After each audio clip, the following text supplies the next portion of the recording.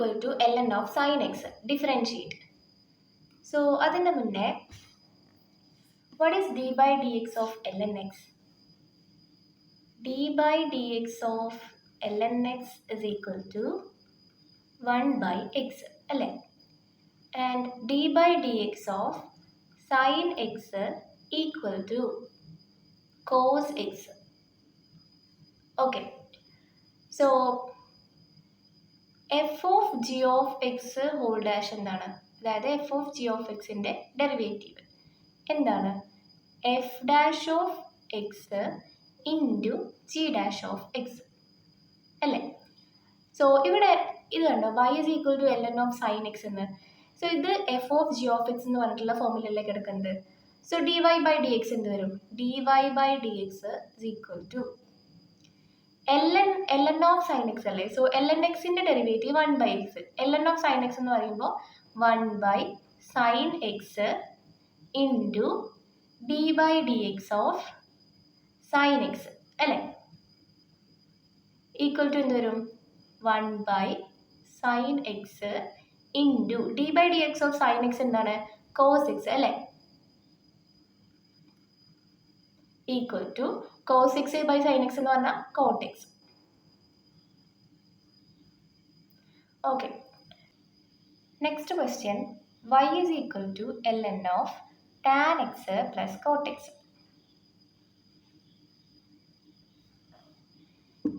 So what is d by dx of tan x? d by dx of tan x is equal to sec square x. And d by dx of cot x is equal to minus cosec square x. Okay, so ഇവിടെ എന്താണ്? ln xന്റെ derivative എന്താണ്? 1 by x അല്ലേ? So dy by dx equal to 1 by tan x plus cot x into d by dx of tan x plus cot x അല്ലേ? So equal to എന്ത് വരും?